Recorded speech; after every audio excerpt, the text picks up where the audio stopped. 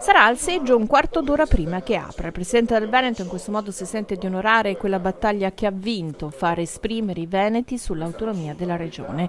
Domenica 22 ottobre 4.076.000 veneti potranno recarsi alle urne per votare il referendum consultivo. Serve il quorum, metà degli aventi diritto al voto più uno. Per votare serve la carta d'identità, non ci sarà tessera elettorale, ma sarà consegnata una ricevuta del parere espresso, una scheda con la bandiera con il leone alato. Aprirò il seggio, cercherò di essere lì magari alle 7:45, è anche un modo per dare un segnale, per ringraziare tutti quelli che hanno lavorato, perché è stata una dura fatica organizzare questo referendum e anche perché i cittadini vedono che i seggi si aprono alle 7. Nel quorum rientrano anche i 330.000 veneti residenti all'estero che difficilmente riusciranno a votare con una dispersione del voto dell'8%. C'è il rischio di una scarsa affluenza che potrebbe essere una sconfitta per il governatore. Assolutamente no, io il mio dovere l'ho fatto, ho messo nelle condizioni i veneti di potersi esprimere. È la prima volta nella storia della Repubblica Italiana che si celebra un referendum come questo, l'opportunità c'è, adesso spetta a noi veneti coglierla.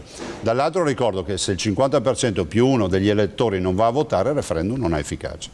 Ci spiega come il residuo fiscale può rimanere in Veneto attraverso alla fine un trasferimento di risorse legate al trasferimento di competenze?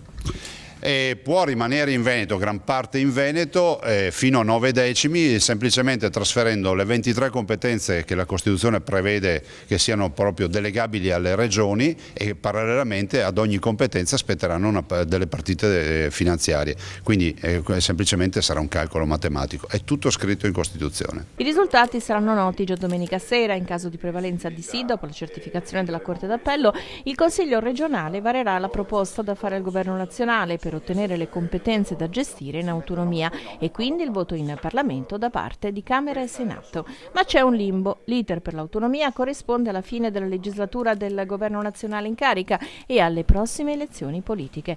Una partita che chi si accinge a governare l'Italia non può non considerare.